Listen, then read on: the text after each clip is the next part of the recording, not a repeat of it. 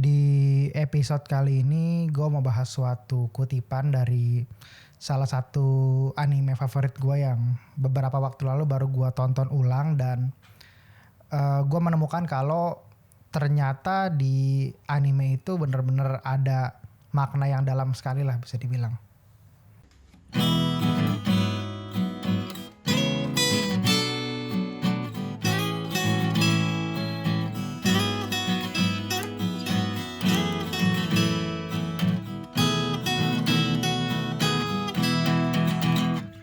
Podcast mulai dulu aja episode ke-68. Akhirnya setelah sekian lama off gitu ya. Kembali lagi gitu ya. Langsung aja kali ya daripada kita ngomong kemana-mana gitu. Jadi sebenarnya beberapa bulan lalu gitu ya. Gue lagi coba meningkatkan kapasitas diri lah terhadap suatu ilmu tertentu lah bisa dibilang gitu. Suatu expertise tertentu lah bisa dibilang beberapa saat belakangan ini lah bisa dibilang. Dan ternyata gitu ya sampai saat ini gitu ya nyoba belajar terus, nyoba cari tahu lebih, nyoba akhirnya ya belajar segala macam, nyari tahu hal yang perlu dilakukan, perlu diimprove lagi segala macam. Udah berusaha segala macam tapi akhirnya sampai saat ini tuh secara hasil tuh belum kelihatan gitu. Jadi gue udah berusaha ya extra miles gitu, yang lakuin hal lebih, belajar lebih, nyari tahu hal lebih segala macem. Tapi akhirnya hasilnya gitu, secara hasil secara angka maupun hasil secara kemampuan mungkin bisa dibilang itu belum ada hasil lah bisa dibilang, belum kelihatan lah bisa dibilang gitu. Nah ini gue melihat hal ini sebenarnya kita sering merasakan gitu ya, nggak cuma gue doang tapi banyak orang yang sering merasa kalau akhirnya gue udah coba belajar gue udah coba ngelakuin suatu hal baru, gue udah coba mendalami suatu hal tapi kayak susah banget dan gak ada hasil yang kelihatan lah bisa dibilang seperti itu. Nah singkat cerita akhirnya pada saat lagi belajar lagi nyari tahu segala macem, lagi berusaha naikin ya kapasitas diri segala macem, singkat cerita gue entah gimana caranya nonton lagi salah satu anime yang salah satu favorit gue juga, dan karena mungkin secara lebih santai gitu ya akhirnya gue menemukan ada detail-detail yang ternyata ini hal yang nyambung nih dengan apa yang saat ini lagi gue lakukan juga lah gitu beberapa waktu belakangan ini bisa dibilang. Nah jadi gue coba rewatch lagi, nama animenya, nama seriesnya tuh namanya Haikyuu. Jadi ini tuh tentang tentang bola voli gitu lah gitu. ini agak aneh juga karena emang ini sebenarnya bagus banget, mungkin orang-orang yang suka nonton anime atau manga segala macam pasti familiar sama Haikyuu ini gitu ya. Dan gue coba nonton lagi, coba ngikutin lagi gitu secara santai bisa dibilang gitu, dan akhirnya menemukan suatu bukan jawaban gitu kali ya, tapi suatu apa yang gua sedang alami itu ternyata dialami juga sama si karakter utamanya yang namanya itu Hinata Shoujo, Hinata lah gitu kita manggil, mungkin belum yang buat yang nggak familiar akan hal ini gitu.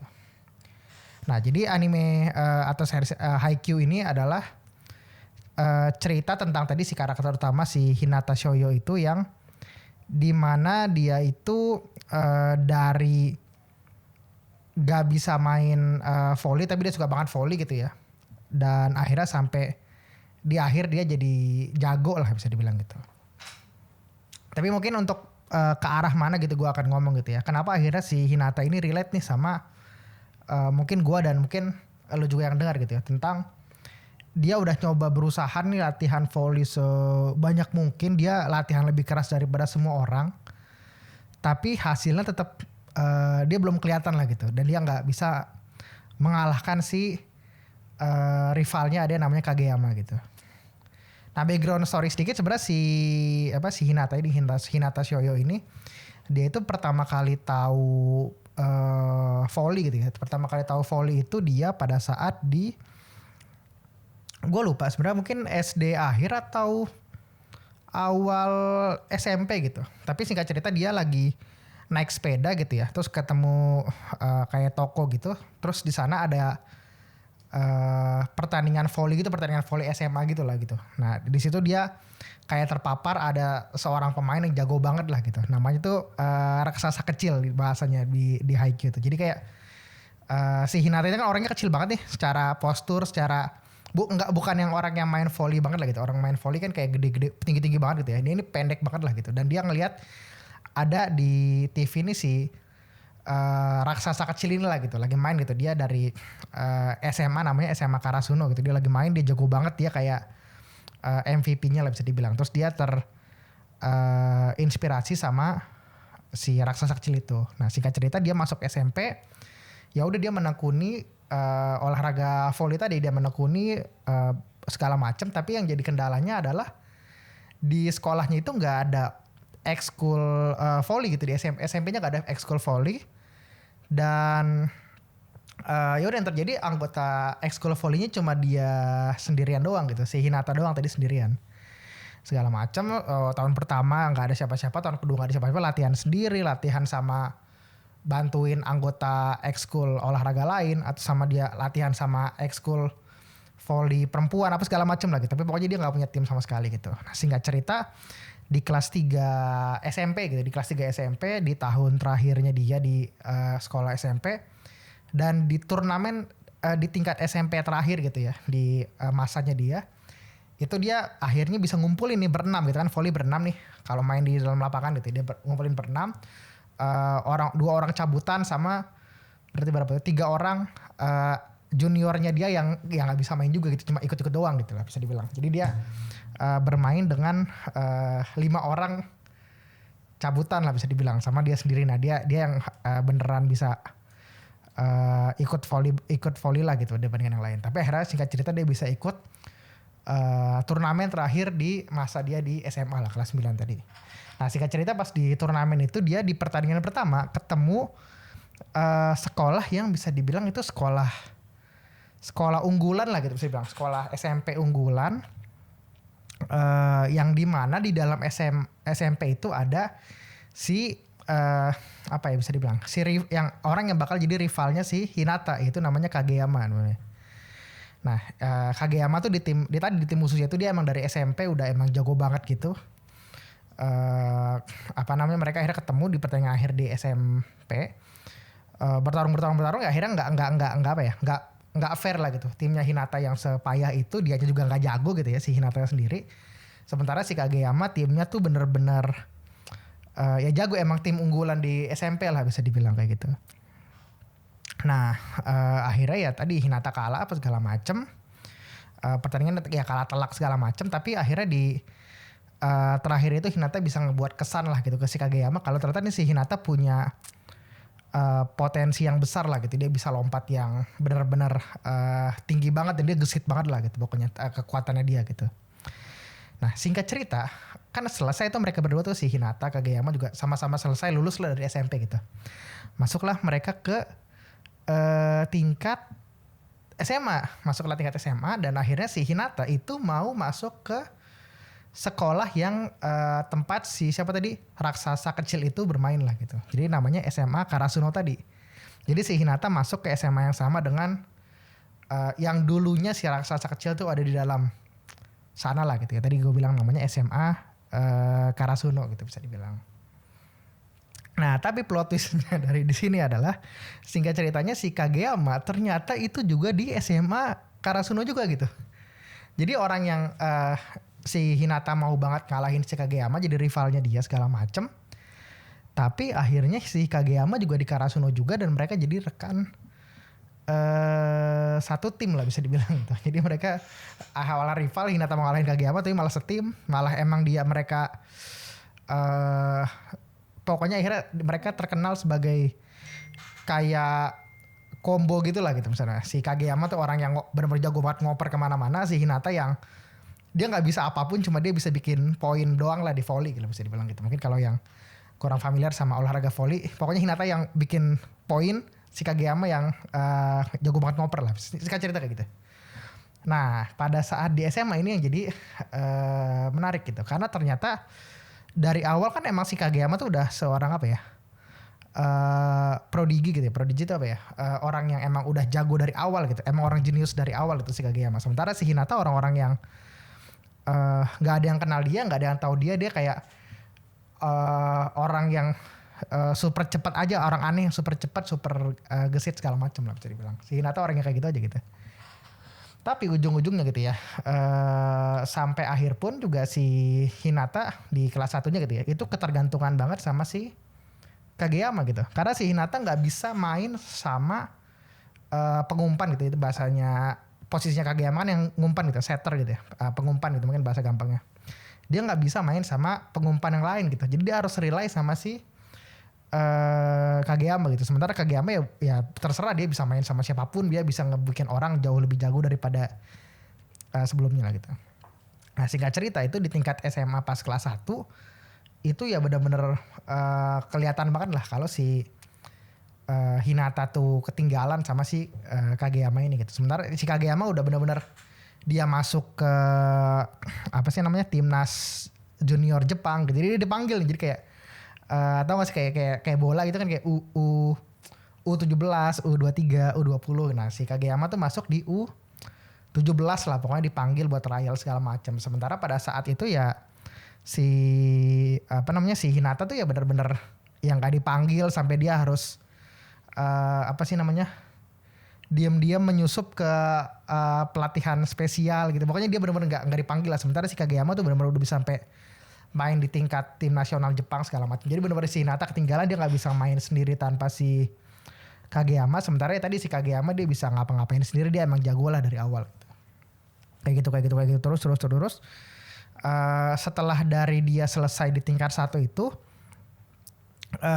singkat cerita pokoknya si Hinata tuh jadi kayak sadar kalau dia tuh nggak bisa rely ke Kageyama atau nggak bisa ke rely ke siapapun gitu. Dia harus bisa main secara sendiri gitu. Karena mereka berdua punya impian yang sama gitu ya. Simply jadi pemain volley profesional terbaik lah bisa dibilang kayak gitu.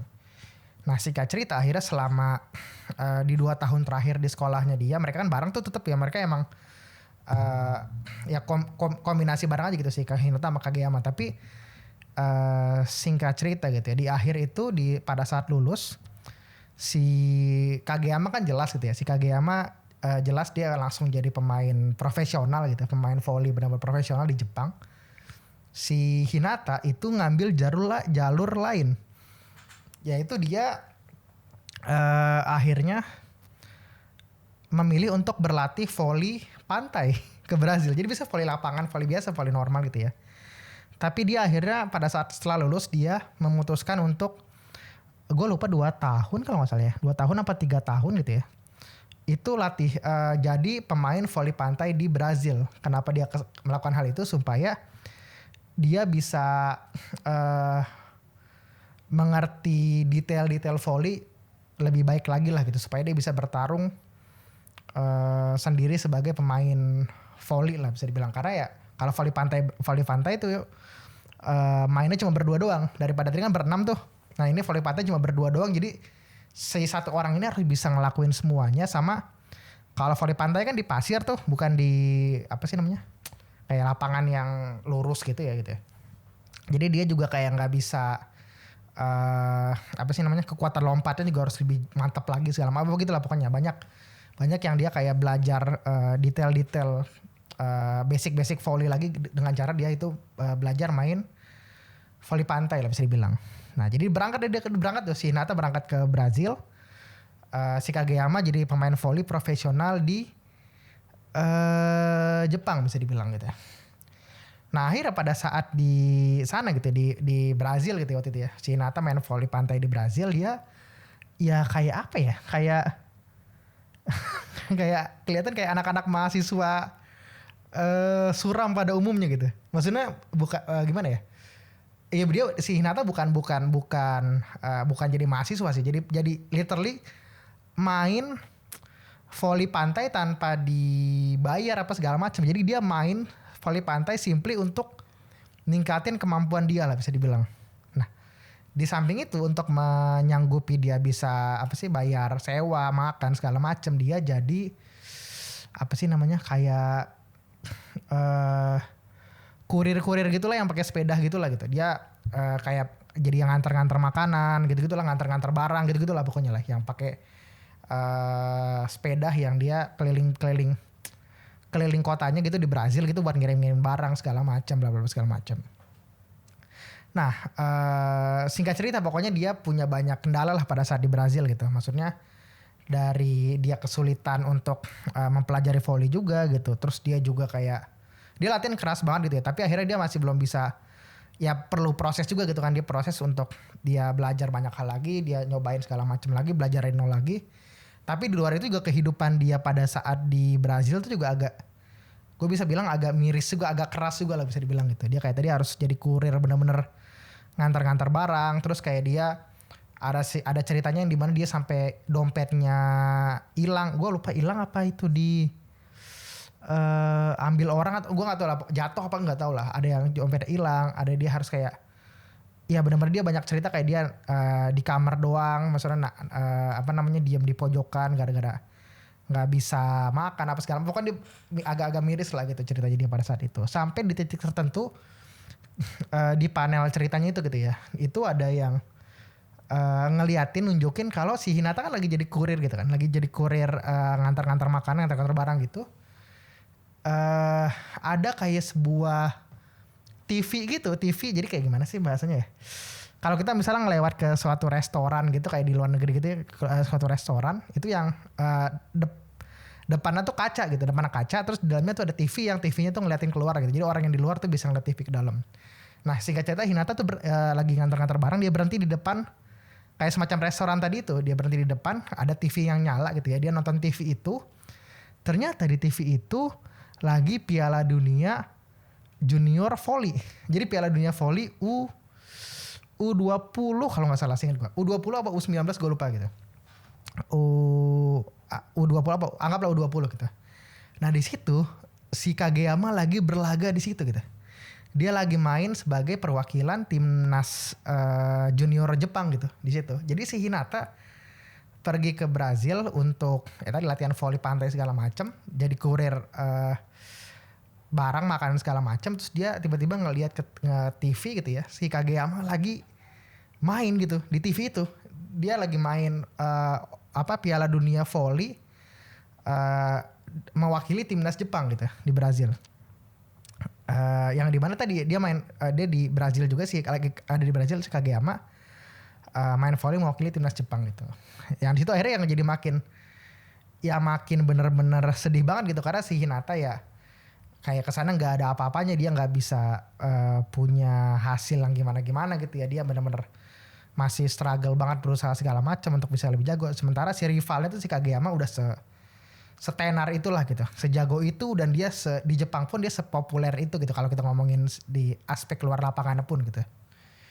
Masih cerita kayak gitulah. Nah dari sana ya udah akhirnya dia tetap nggak mikir kemana-mana gitu ya, si Hinata nggak mikir kemana-mana, dia tetap berusaha terus fokus latihan volley pantai segala macem.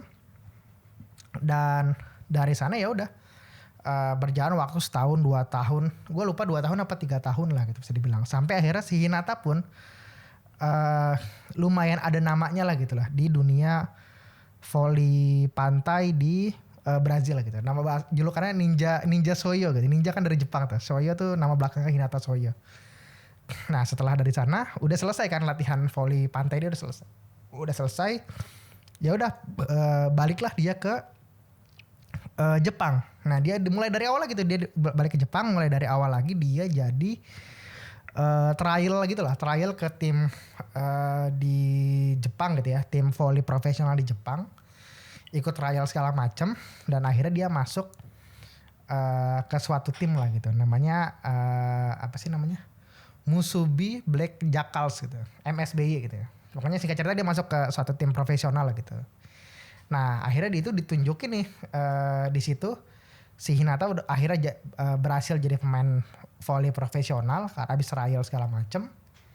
Nah diceritain dia ngelawan tim nya si Kageyama udah jadi pemain tim volley profesional juga di Jepang lah. Mereka lawanan. Nah pada saat akhirnya di lawan itu akhirnya baru benar-benar si Hinata tuh bisa nunjukin kalau dia tuh udah bukan orang yang sama loh dengan dia beberapa waktu lalu pada saat dia itu belum ke Brazil lah gitu. Dia jadi orang yang bisa lompat lebih tinggi daripada sebelumnya. Dia jadi orang yang bisa ngumpan juga. Dia jadi orang yang bisa bikin positioning bagus. Maksudnya intinya dia jadi orang jadi pemain volley yang komplit lah gitu, nggak kayak sebelumnya gitu. Nah lawanan tuh berdua tuh si timnya Hinata lawan Kageyama. Singkat cerita akhirnya pada titik itu pertama kalinya si Hinata bisa main volley ngalahin si Kageyama bisa dibilang. Nah itu ya akhirnya jadi di akhir itu ya gitu si Hinata akhirnya bisa ngalahin lah si Kageyama ternyata akhirnya untuk pertama kalinya gitu. Nah akhirnya dari Haikyuu ini gitu ya si Hinata itu pada saat di Brazil dia ada suatu kutipan yang dia pegang terus bisa dibilang. Dia pegang terus yang dimana itu yang membuat dia juga yakin dengan apa yang dilakukan di Brazil lah bisa dibilang. Itu kutipannya baca Indonesianya kayak gini. Perjalanan 1000 mil dimulai dengan satu langkah gitu.